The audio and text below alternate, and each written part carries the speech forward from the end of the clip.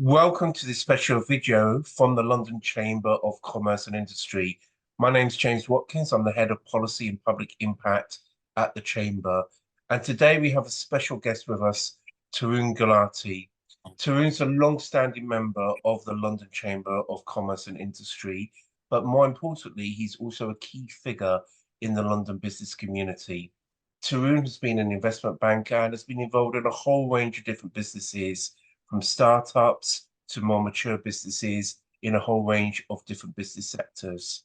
And we're going to find out from Tarun, what is the secret of business success? How can you, as your business, be developed to go forward so you can start up your business for the first time and become a multi-million pound or multi-million dollar, whatever currency you want to choose, success. And we're going to learn about access to finance, business success, and what really makes a great entrepreneur. Tarun, thank you so much for joining us today.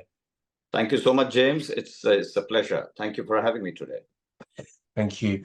Well, first of all, I know that London Chamber members and businesses across the capital are looking forward to hear about how they can become as successful as you and other businesses that you've assisted have been. But before we do that, it'd be great to hear a little bit of your backstory about how you became the success that you are. Now, I know that your family have been involved in public service and in business, but you have as well. I know you were an investment bank and you're involved in other activities. Could you give us a brief overview of your business life and why you decided to enter into business in the first place? Thank you so much, James. My family, as you correctly alluded to, has been involved in public service from the 19th, 20th, and 21st centuries. And that basically meant we co-founded the second largest bank in India, called the Punjab National Bank. We were precursors. We co-founded what is known as FICCI now, the Federation of Indian Chambers of Commerce and Industry. And we gave India its first agriculture minister for undivided Punjab, which is larger than the UK, if you know what I mean, in terms of scale and size. We gave Lahore electricity, which is now in Pakistan. And we co-founded and founded several factories and industries in India to shape, possibly pave the way for what India is today. So my father was top civil servant, Secretary Government of India. And my grandfather actually studied in the UK for 7 years in the early 1900s, and then became a top civil servant again. And I have, on my part, over the last 40 years, played my role. So the sort of feeling of doing public service, integrity, honesty, and doing what is the right thing to do has been seeped in my sort of veins, and that acts as a guiding light. Now, I started off pretty humbly. So my folks didn't feel I should enter into something that was already laid out for me. So I started by selling ketchup. Now, ketchup there were already established brands in India. So the idea to be competitive meant that you picked up dirty bottles of used ketchup, and you can imagine they gathered dust. Ketchup is very peculiar. It might be reddish in color when you and I sort of use it on the table, but it turns dark and dusty and black. So you picked up those bottles so that you can recycle them and be competitive. Then I cold called and knocked on, selling doors, selling manual typewriters, electric typewriters, and then word processor. I launched Xerox in India. And then I was the only non-engineer designing lighting systems for townships like London and beyond. So basically, I've been involved in shaping what India is today in some shape or form, my little way. And then I sort of moved on to Citibank, where those days it was felt that banking was sort of, you gave out money for a consumer. It was consumer banking. So, you helped individuals all over, North India in particular, which is the size of the UK.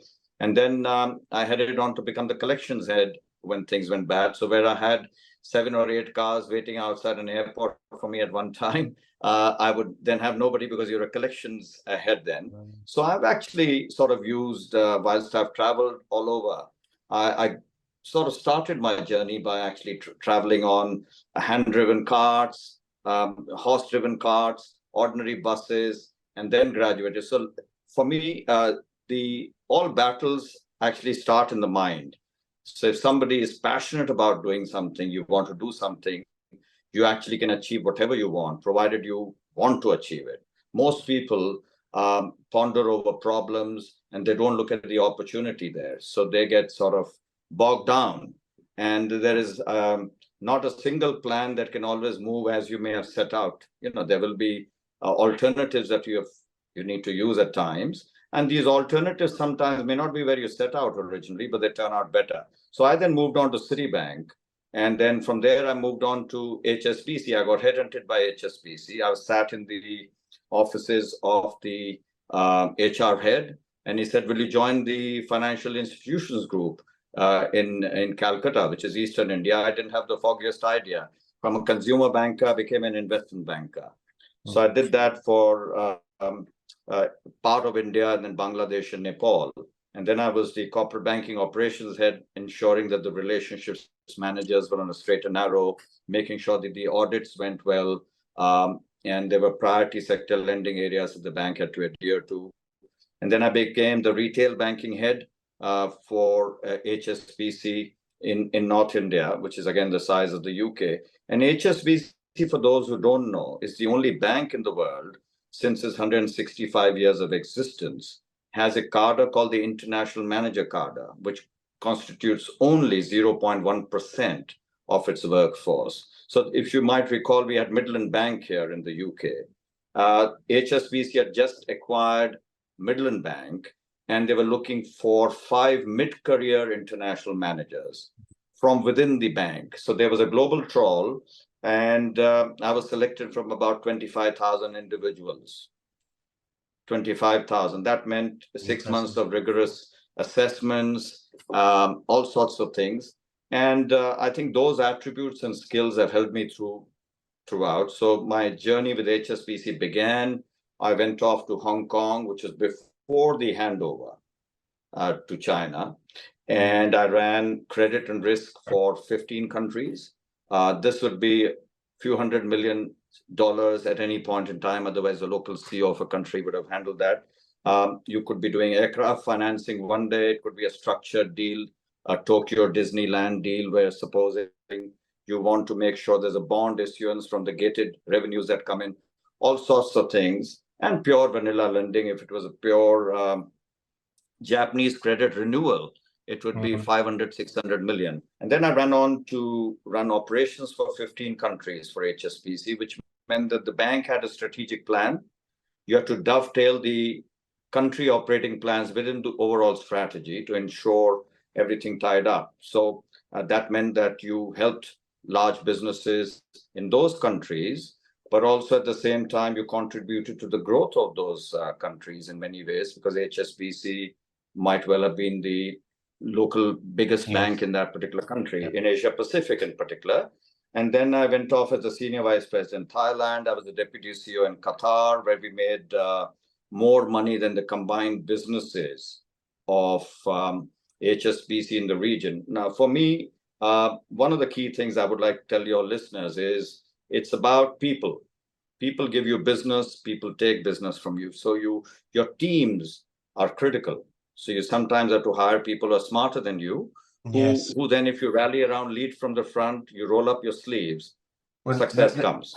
Well, let me ask you about that too, because that's an absolutely staggering business track record, if not dazzling in many ways. And for some of the people listening to you, everybody will be impressed about such an impressive track record. But for some of the people listening to you, they will think, is this really for me? Is it really feasible for me to go into business? And earlier on, you were talking about the thought process to become an entrepreneur that you have become as not just one of London's, but one of Britain's leading entrepreneurs. Some startups, they say to people who want to start up a business, they say to me, the most important thing for me is to find the money. Others say the most important thing for me is to have that great business idea. What should a new person in business, what is the key to success? Is it purely about chasing the money, or is it more than that? What would you say to me? I think it's certainly more than that, James. So for instance, firstly is the idea. Now, it's not very easy to find a new idea. You got to identify a problem. So you got to be solving a problem first. The idea has to appeal to people. So you don't want to be a me too. You got to have a USP for yourselves. It could be a price differentiator sometimes. It could be the way you handle your business. You got to connect with people. So whatever product or proposition or service that you're trying to create as a startup, yes, you need money, but you've got to be the most invested person yourself. Most people tend to think, look, I'm going to do something else on the side, which is what I would call a startup. It doesn't work like that. A startup can fall by the wayside if you're not fully invested yourself. So fully invested in terms of time, money, effort, and then the rewards. So once you've got your product there, people will invest in you once they find your passion, once you're convinced. Because if you're not convinced, it's not solving a problem, then it's not going to solve other people's problems. So once you've got that product off the ground and you've got it tested and you got a lot of things are done online these days and people will tell you whether this will fly or not, then you go around getting the money from angel investors, and there'll be many who will listen to you, many will not. But there are forums and forums where you can meet with people. If it's a great idea, people want return for their investment, so they will invest. And then it's a matter of getting the right sort of mentorship, getting the right sort of advisors in. There are people who want to help a good business. So there'll be, as I alluded to, we only finished part of my journey. I'm the co-founder, co-chair of India's largest startup foundation, where, as you know, we took a delegation off to India, where I think 11,000 startups from 11 countries participated. Now, those are not all weekly calls are made and people are willing to invest. So these young startup has to be passionate about it. A lot of battles are won in the mind first, not on the battlefield necessarily. So before you go out of the field, you win the battle within your mind itself. Yes, this is a product that is going to fly. Well, that is quite something, and I think everybody watching this video now will be thinking, yeah, I have to win the battle within within my own mind, and I think that is so wise and very, very true, and it's not often said. I'm glad you said it, Tarun. Now, just now you mentioned about a recent trade mission that you were instrumental on, you actually effectively led on for the London Chamber of Commerce and Industry to Bangalore, which for those of you watching this video, you may not know, is the Silicon Valley, basically, of India. Now, India is highly likely, in fact, it will, of course, surpass the UK as one of the richest countries in the world. You've got business connections in India. You've clearly got business connections here in London and in the UK. Is there a big difference in the business culture between the two countries, or are they quite similar? How would you assess it, please? That's a great question, I think, James. There are similarities in terms of there's a robust startup and scale-up ecosystem here in the UK, but likewise even in India. But at the same time, there is also a living bridge. There's a history between India and UK, and the twain need to meet. So how do you create those opportunities? I created an entity that fosters this sort of a network. And the idea is you have to go out there, because there are people wanting to do businesses there and they want to do businesses here.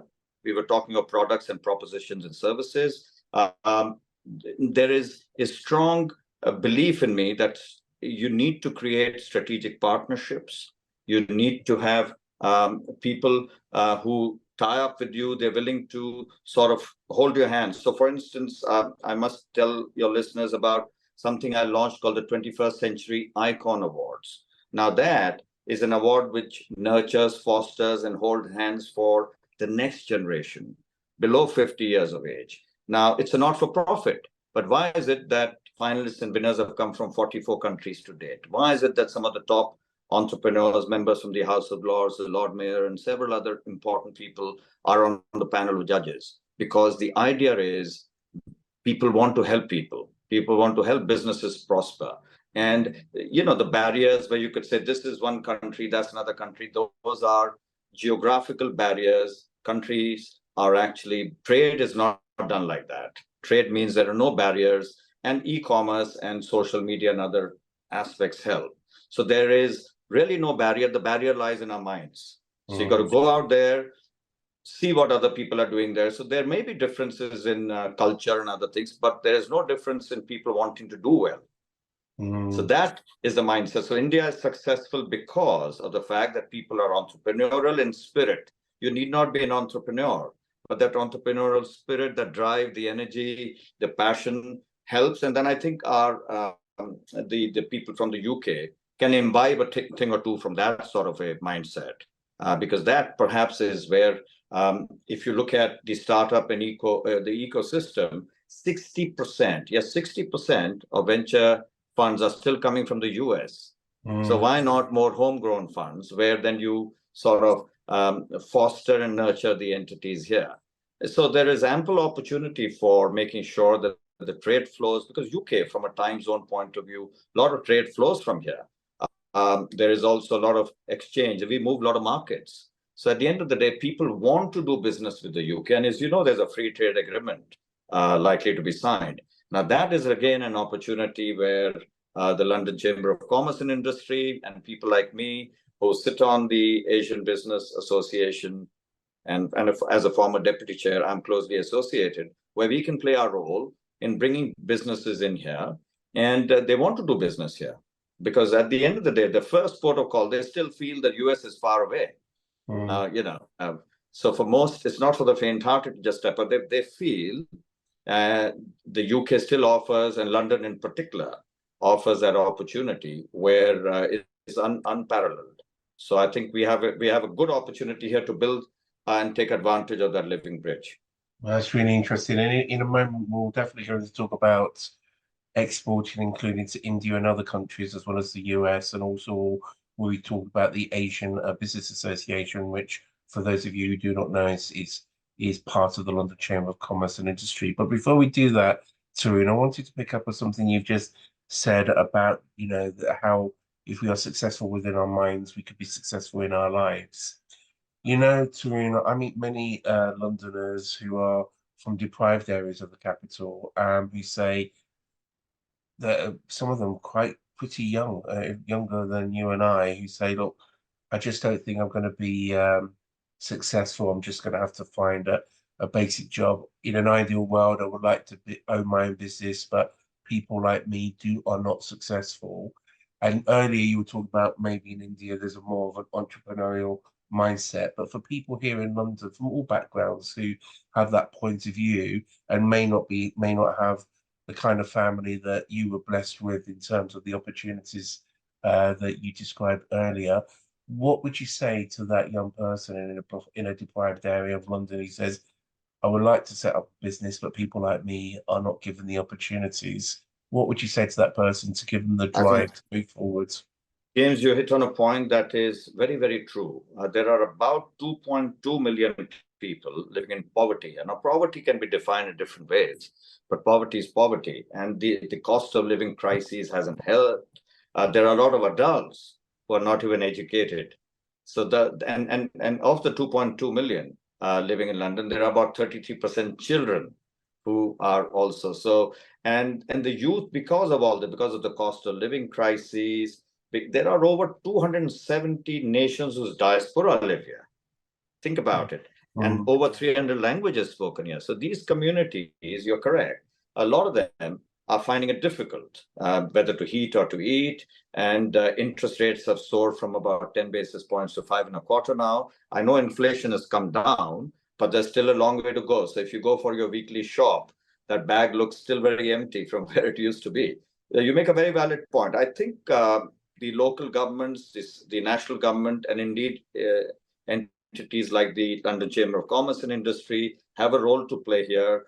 The Federation of Small Businesses has a role to play here, because there are people who may have small ideas, but they need to be given an opportunity to speak. We need to make sure something is done for the adult education. It could be free education in terms of an app, for instance. Some of them can't even read and write, the basics. So you're correct, before they can even think of a business, they got to think, what are we going to do next? So the youth needs to find something where they can see a brighter future. And that is critical. And I think higher education itself is suffering because thresholds for salaries before you can come in, immigration is a problem. I think overall, we have to develop a mindset that we have to identify there is a genuine problem. This city is ranked as the best city in the index of cities, but how do we make it the greatest city? How do we make sure it is the most digitally connected city? How do we make sure it's the city where innovation is fostered? How do we make sure it's the greenest city, not the most congested city? And people are looking over their shoulder in terms of crime and security. So we've got to make sure that those people who are not even on any ladder get that sort of a chance. There has to be programs from councils, and it has to be a collaborative sort of an approach, because a lot of councils may not have the money, for instance. So the money has to come in, and people who are passionate about something like this. And I know the chamber does a lot. You and your as a policy think tank, you keep talking about in various forums. There are APPGs and other things that are doing. So we got to involve. It can't just be the government sort of thing. We got to involve people from the communities. I've alluded to the fact there are over 270 nations whose diaspora live here. There's a large community of people who have come from Europe. We need to make sure. I'm a strong believer. Whilst we've gone out and had a Brexit, we got to take the advantage of our proximity to Europe. Closer ties need to be built, because people since that time are feeling a bit disenchanted, feeling a bit lost. Communities, we got to make sure they sing from the same hymn sheet, because the plane has to take off. We can't let London not be the greatest city in the world. So, if you don't take those 2.2 million people along, so whilst I don't have a silver bullet, I do genuinely believe we need to do things there. And these are incredibly powerful words, and it's a very, very powerful vision that you just outlined, Tarun. So let's build on that vision that you've outlined. So that person I described earlier, here's your words. They say, yes, this is for me. I will set up my own business. They have a brilliant idea, but they're not from a wealthy background. They need finance of some nature. What should they do? How should they approach their bag? They have not maybe assets. They may not have a house or any other kind of collateral, as we say in business. So that person, but they've got a brilliant idea, let's say, for argument's sake. What should they do to get a great mentor and also to get the funding to go to the next level in their lives? I think, James, that's a very critical question. And you're right, the banks, the days where you could walk into a bank have also changed. I run branches in larger businesses. You don't see your friendly banker there anymore. You're at the end of a phone, and by the time you get through somebody, it may well be evening, and your spirit may have been daunted and taken a few bashings. So, you may well not be wanting to go through. I think if you have a great idea, and you're genuinely, as I alluded to, you believe this is going to make a difference, this is solving a problem, then there are people out there like me, there are people like the chamber who bring people together. You have tons of networking events. I know you need members. We also have a lot of free events. We need to give people the idea that the chamber is there for everybody. Yes, we need memberships. We need to have the chamber running so that we are not waiting for. There are people like me who genuinely do this on a daily basis. And I speak and write back to everybody. So there are more like me, people more accomplished perhaps. And so there will be those who I mentor people every day, and there will be others, and create a mentoring sort of a session. So people come there, they sit across the table, 2-minute pitch, and then they meet other people. I'm promising you, people, by and large, most people are helpful. They want to help, because if you approach somebody for help and say, all I'm needing is test my idea, tell me if this will work, tell me if I can get the money. So what happens is there's a military strategy called force multiplier. So what that basically means is you punch more than your weight. So the individual who 1 minute ago was a lost, hapless individual who didn't realize whether my idea would fly or not, then has 1 or 2 other names add weight to the proposition. That weight then can help in getting funding. For instance, they could be angel investors. And once you get the first set of monies, then you get customers in, and then you go out for your other rounds of funding. So there is a method, if you will, to success, and there's no shortcut to success. Hard work, perseverance, tenacity, the will to go out and work those 16, 17, 18 hours, that is important, because you, as I alluded to earlier, will be the most invested person in your thought process. If you say, look, you know what, it's 5 p.m. and I got to go home, or it's the weekend, then your mentor is not going to be enthused with that sort of an attitude. So once you are enthusiastic, look, I'm going to come out whatever time you're willing to see me, success will be there. And I've seen that in my career. I rose then to become, I ran the Premier Bank, $40 billion business. I ran the International Bank for HSBC. I was CEO for India's largest asset management company globally, become chairman of a bank, sat on 48 boards, and I do a lot of not-for-profit stuff.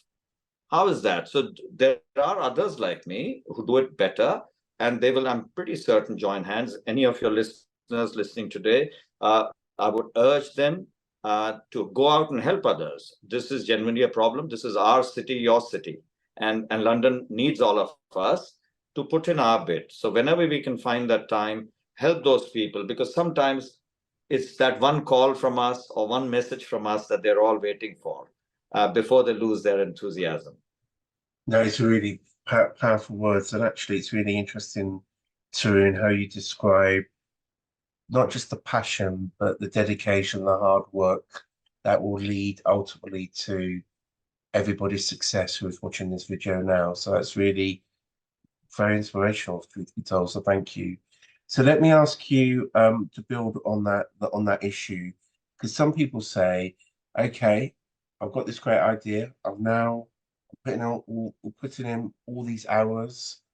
I'm beginning to get my business off the ground, but I don't see my business ever operating outside of the United Kingdom, maybe even operating outside of London.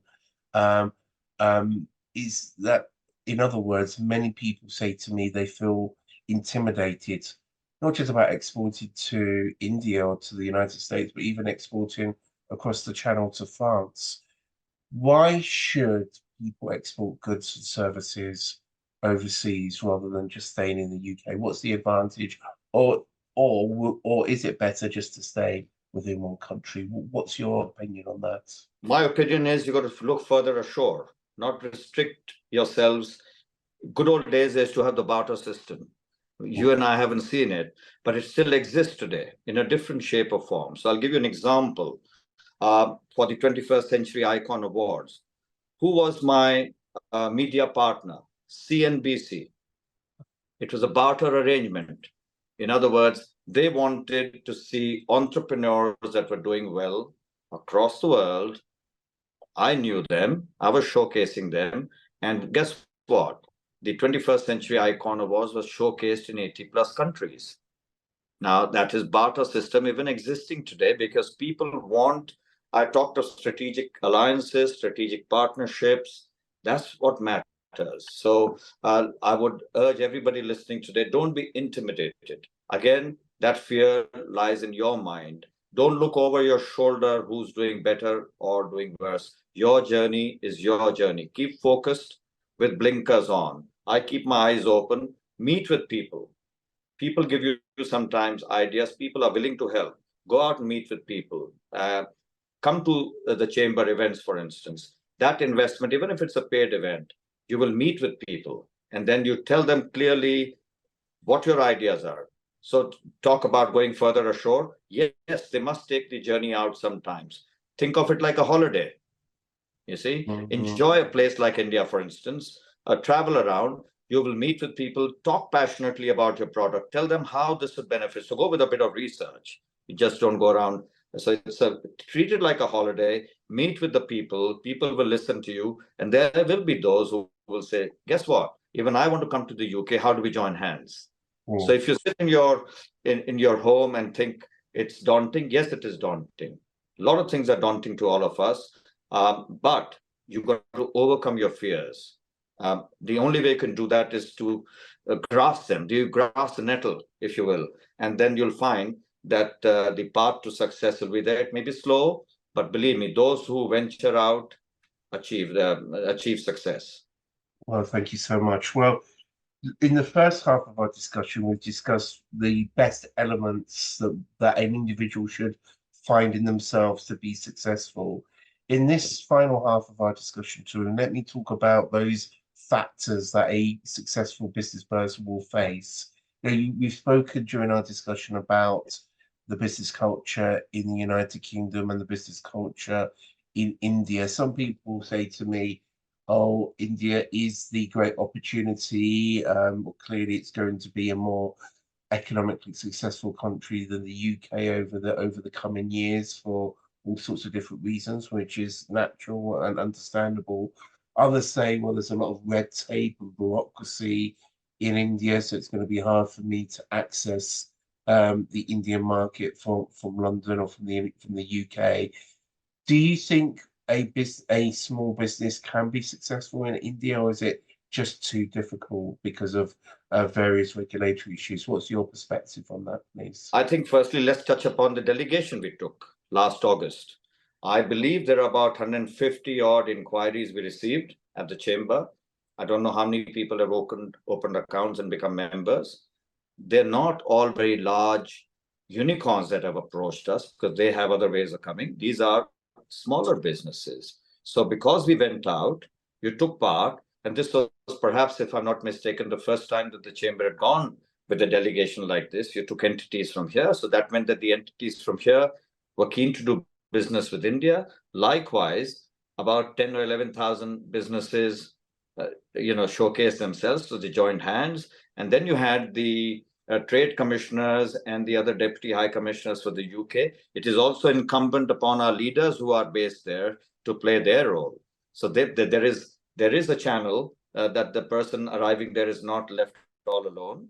They must play their part. There are chambers of commerce there. The London Chamber of Commerce and Industry plays its role there. So there is an idea where people join hands and give that support. So I don't think it's very difficult. Yes, it may appear. Once they go down there, there is every reason to believe that they will be successful once they set out on this journey. And yes, there will be hindrances and obstacles, but you're not looking to create a unicorn overnight. You're looking to create those partnerships. Likewise, that individual sitting there is also wanting growth. So people join hands. Sometimes it's an advisory fashion. Some people may have the capital, but they lack the know-how. Some people have the know-how, but they need more expertise, which may exist, let's say, in India or here. I think it's all in the mind. And the entrepreneurial spirit has to be there, as I said. And indeed, the borders you need not even go there. A lot of dialogue can be held like you and I are talking today over a Zoom call.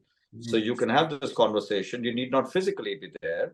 And a lot of these things can get ironed out. Those creases can go away if we sort of sit and talk about them. No, I think you're absolutely right. It's all about people-to-people relations, is it not, Tarun? So no, I think that's absolutely right. Well, let me pick up on that issue of people-to-people relations, because you spoke earlier about your passion for London, about the diversity of London, all the languages that are spoken, the different communities and cultures, and how London is frankly the global city, bringing everybody together, and what a success story London is.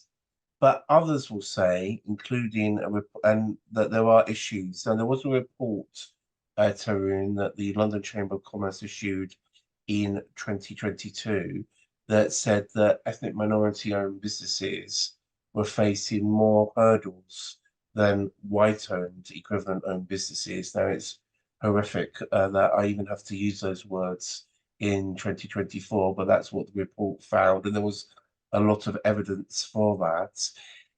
What can we do to finally end the bigotry and discrimination that clearly does exist in London, as that report has found, and no doubt other reports have indicated as well? Well, you're correct. There is a report like that, which I've also read. I've personally not faced those things as an entrepreneur, but I know it exists. There are, for instance, the Polish community has a hub. The Romanian community, which is very large, perhaps larger than the Polish today, does not have a hub where they can go to. There are some who focus on certain lines of business. For instance, the Bangladeshis are largely focused, or a lot of them are focused on restaurants. There is an Indian community, which again, India is very diverse. I alluded to the fact there are over 270 nations whose diaspora live here, but over 300 languages. So Indians come from different parts. A lot of them, yes, are facing those challenges. But the Indians, if they were to tell me today they're facing those challenges, I'd beg to slightly differ. There are very successful, the Indians have been very successful here. They are the largest employers here in terms of, if you have the Tatas and the, all the Jaguar Land Rovers and others, and you have the Tata Consulting Services, and then you have perhaps even the richest man in the UK, or at least in London, from there. But yes, I think there are entities like the London Chamber of Commerce and Industry, and particularly the Asian Business Association, that have been around for a long time. They all need to sing from the same hymn sheet. So there are differing agendas within communities, I find. I also find that a lot of the people who have been successful are not actually doing what they should do for the communities. So if the community leaders who are pretending to help the community but actually are not, and they're trying to foster their own interests, people need to genuinely, passionately feel for those communities, because otherwise you will also have the Romanians who are buying a Time Out magazine from Wood Green and then £2.50 and selling it for £4.50, and they're doing a tough job. But many people accuse people for doing different things. So what I'm trying to say is those community leaders need to come together. It is incumbent on people from those countries to shed all those biases and work towards those. I think there's also a need of cross-fertilization of ideas. The communication channels need to be open, because sometimes those barriers are created by individuals who are sitting at the helm of affairs. I have a way of doing business. In other words, if I want to meet the CEO of a company, I go through the channels. I go through the secretary or the executive team that deals around. But if I've got to, I have an urgent deal for that particular CEO, and if the gatekeepers actually create big gates for me, when I do meet that particular CEO, I tell them, you've got to get rid of those gatekeepers because they made you lose that particular deal.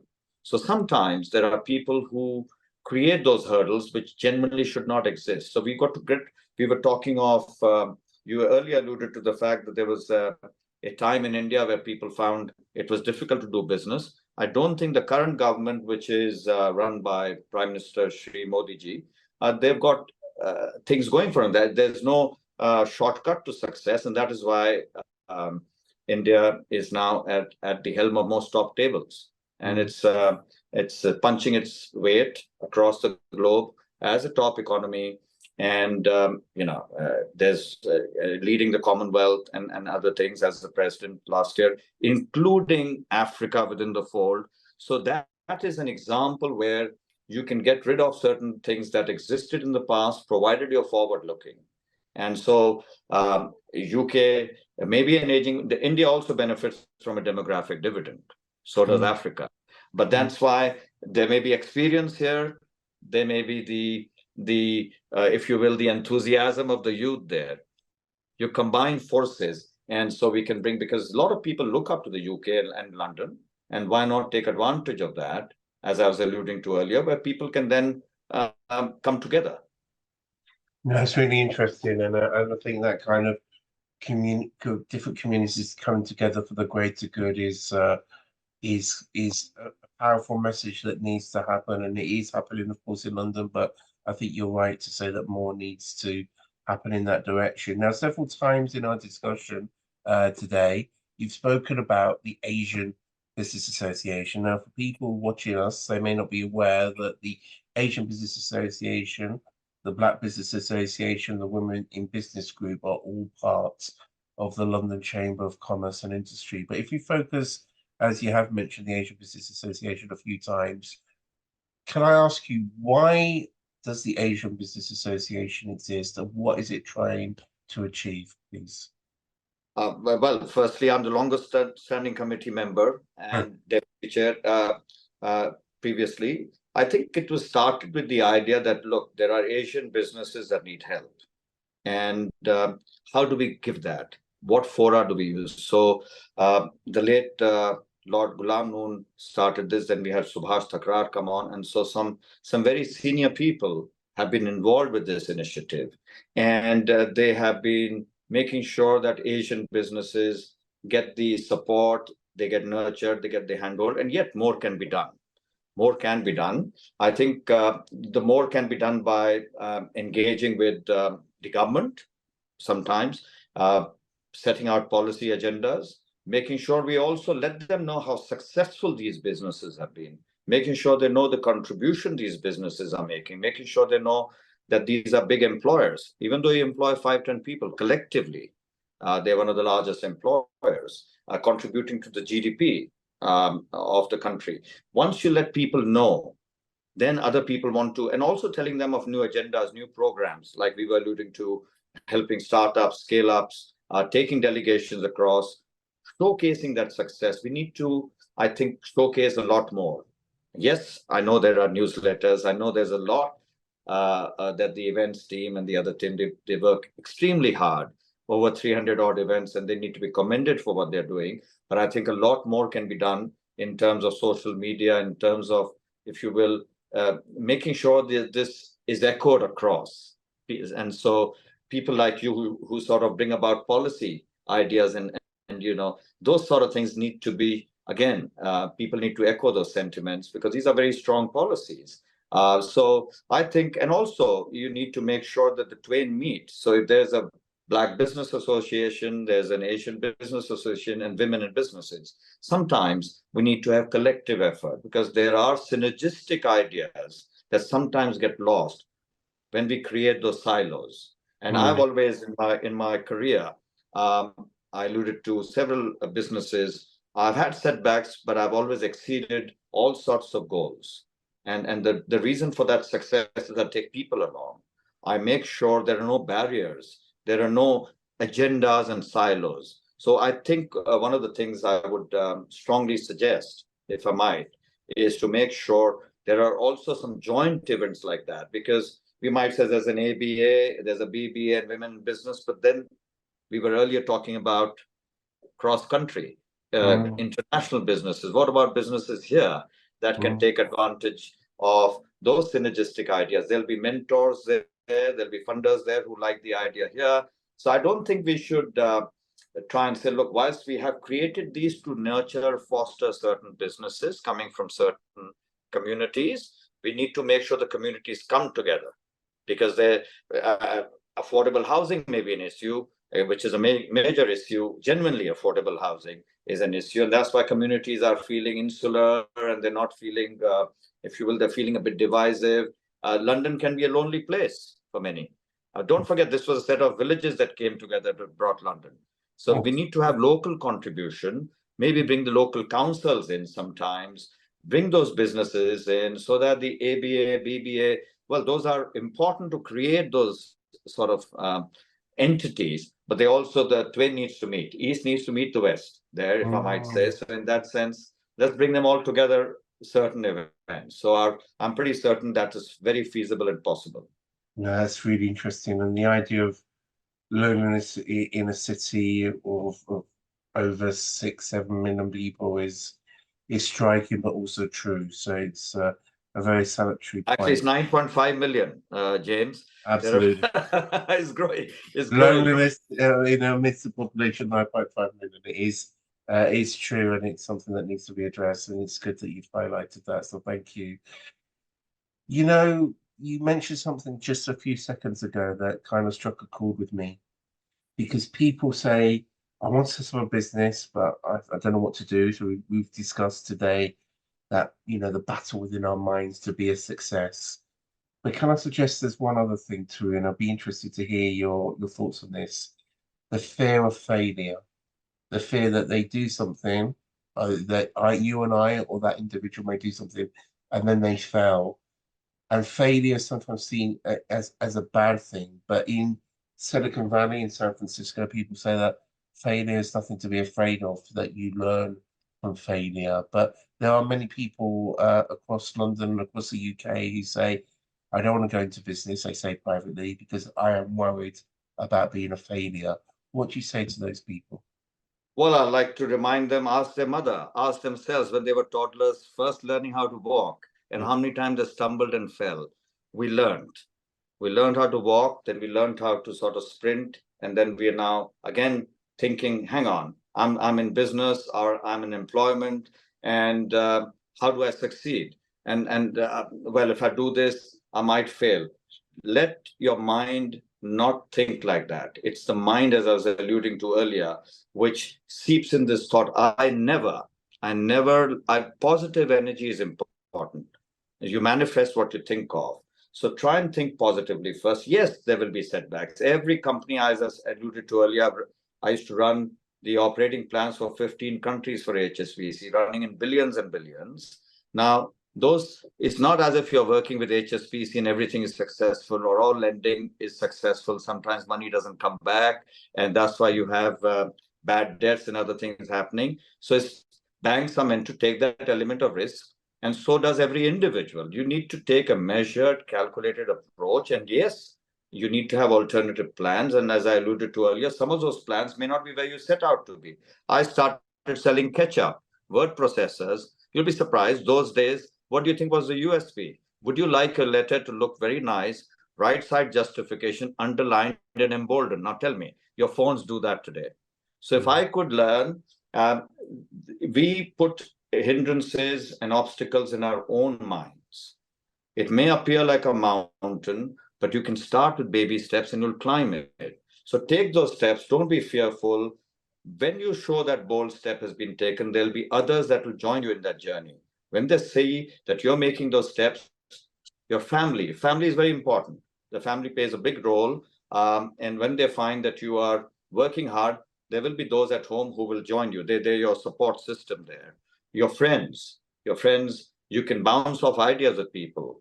And then those friends connect you to other people. So the networking aspect of it. But networking is not only about giving out cards. It's about building relationships.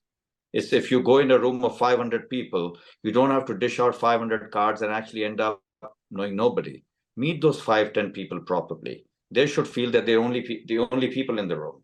Then you'll get those ideas going, right? So take those major steps, do it correctly, firm handshake, look people in the eye. People can look in the eye and see the honesty, the integrity, the trust that you bring to that particular proposition that you're talking about, that particular business that you're trying to get support for. Once they see that, the rest you'll find your fears will be overcome because more people will help you. A fear is all about something because we want success. Success may not come overnight. And that's a problem actually a lot of Indian businesses are facing, because a lot of startups did very well, but the valuations were lofty. So now, while there's a lot of dry powder sitting there, there's funding available. Some of them are struggling because you ultimately got to make money. So if you're not making money, the revenues are not chugging along, then no matter what's coming in is not making a due effect. So you're not going to get those second or third rounds of funding. So I think fear is something that you can overcome. We've grappled with them. Actually, all of us grapple with fear each day. And as I said, ask your mother that when the first time she, taught you how to walk, or anybody else who's a sibling at home who actually was older than you. And so we've overcome fears. We do it on a daily basis. Don't be fearful about your job or your businesses also. The same sort of way that you grapple with other challenges, and we all do that, this can be overcome and success will be yours. As I have achieved, and I'm still striving hard to do a lot of things. And I'm pretty certain we all face those challenges and we overcome them. That's something that I think we all need to remember and take to heart. So thank you. In the last few minutes we've got left, I want to talk to you about your vision for London, particularly from a business perspective, because you are an exceptional experience, a businessman who's worked in London for a long time, who's seen London grow and develop. So what does London need to do to actually have the entrepreneurs of the future? What is that key recipe that is needed for London to be a global city, not just now, but in 10, 20, 30 years? Thank you. That's an excellent question. And I'm very passionate about London because I left a top job to remain in London. I've been here for 20 years. So I think if you step back, London used to have about 24 odd global headquarters of Fortune 500 companies. they have dropped to about 9 or 10. Some of them have gone to Europe, some of them have gone to China. Why is that? Well, firstly, we had the financial crisis. It's a big financial center, so we suffered. Brexit came along. That hasn't helped at all. We haven't taken full advantage of Brexit. Whether it should have happened or not is a matter of debate, but we need to have closer ties with Europe. It's one of the largest trading partners we have there. I find the political will for that is a bit lacking. More needs to be done there. I also believe that safety and security are paramount. As we speak, people are not feeling safe. Every day, somebody is worried about being mugged, phones being taken away. We need visible policing, security. People need to feel safe. Police stations have gone away. Money needs to be invested even in the underground system.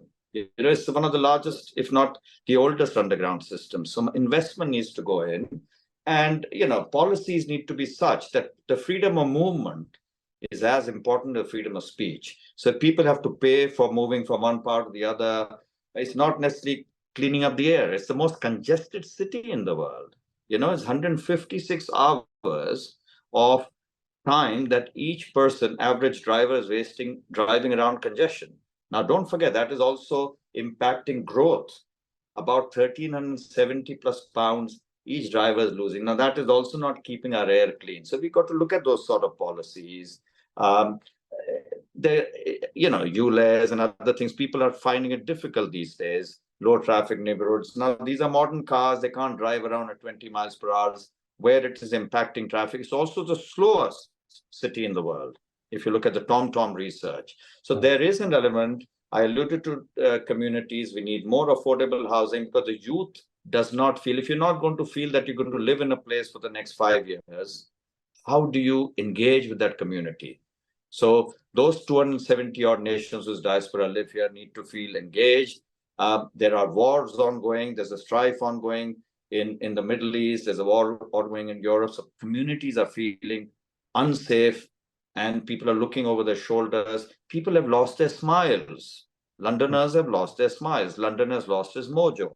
So something needs to be done to ensure all those things work. London needs a champion, for instance. Somebody needs to roll up their sleeves and make sure. Sometimes you can be a voice, a strong voice for certain things. And that's where I feel London can and will become the greatest city if they have the sort of leadership that is required. Because these are unprecedented times.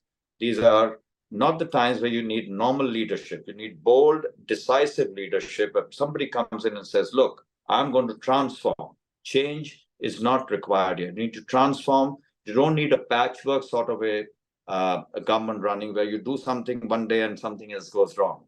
You need an approach which actually takes everybody along, because these communities need to feel engaged. It can't be a top-down approach. Councils need to be engaged. I was alluding to the fact there were villages which made London. Those people, because what works in one borough won't work in another borough. The issues are different. The communities need to feel that there is something being done for them. A lot of communities are feeling disenchanted as we speak. So to make sure we make it the greatest city, the environment, as I alluded to, most digitally connected, fostering innovation, making sure that the startup ecosystem, which is robust, can become more robust, create more homegrown funds. With all that, the entrepreneurs need to be boosted, as we're talking about, but the next gen, the youth, need to see a brighter future. To make it a vibrant city, making sure the buzz is there, you need to make sure there are opportunities for education, higher education, those that have been left behind. That leveling up agenda for London is also missing. Those 2.2 million people, what will that child feel when they're not having the ability of living in poverty? And 33%. So, that's a lot of people of the 9.5 million I alluded to. So that is where we find that it has become a lonely place. A lot of people are leaving the city, and we don't want that.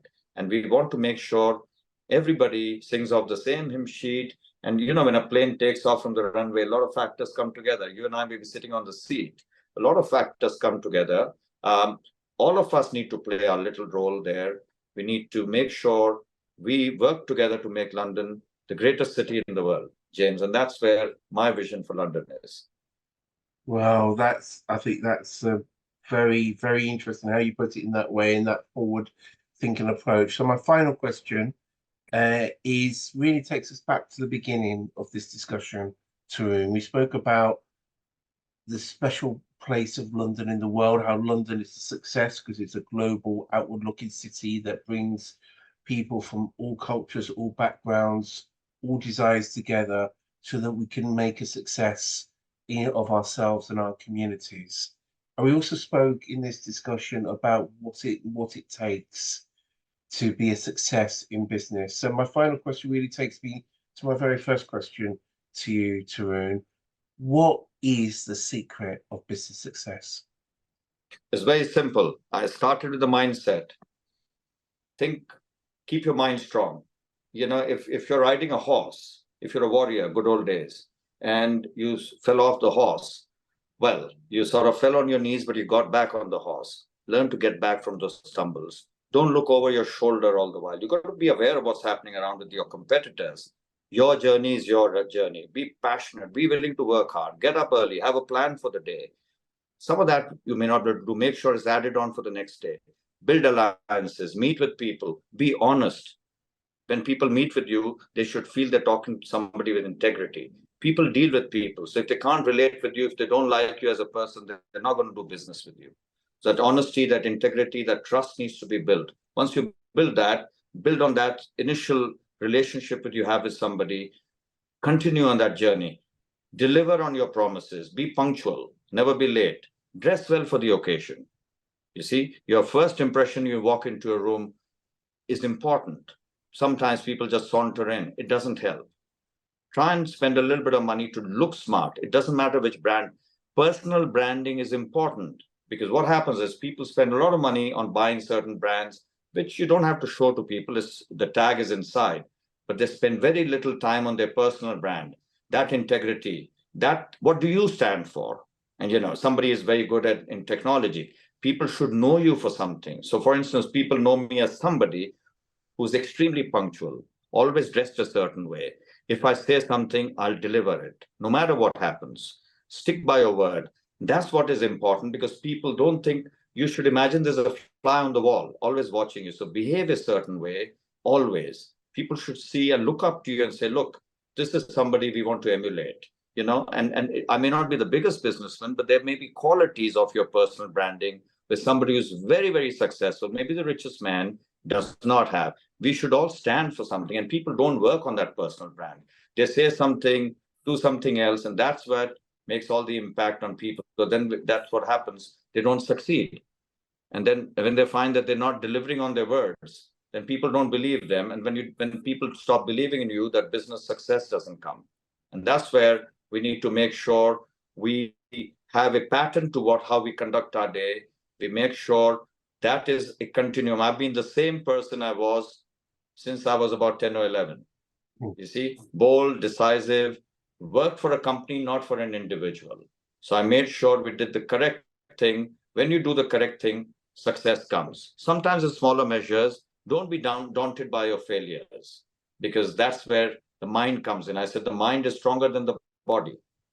You see, we have a pain. Sometimes we're not in the Marines, all of us, but we can think like a Marine. How is it that they are surviving? When you think like that, your body, and take care of your body. I mean, at the end of the day, you exercise, think clearly. And if you find you think clearly, don't clutter it with too many things.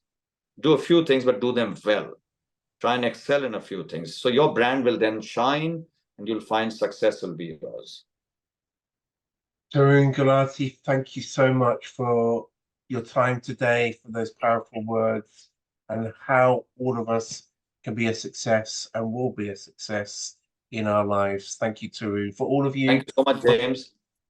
Thank you, Tarun. It's really been a great honor to hear your words. For all of you watching this video, thank you for watching us today. If you want to know how the London Chamber of Commerce and Industry can assist your business, please contact us, and we'd be happy to help you in any way that we can. But finally, thanks again to Tarun. Thank you to all of you for watching, and good luck with your business. I thank the London Chamber of Commerce Industry and your time. And if they wish, if anybody writes to you, they can get in touch with me. If I can add my little bit in helping somebody in their journey in whichever shape or form, personal or business, it'll be a pleasure and a privilege. Thank you once again. Thank you. Goodbye. Cheers. Bye.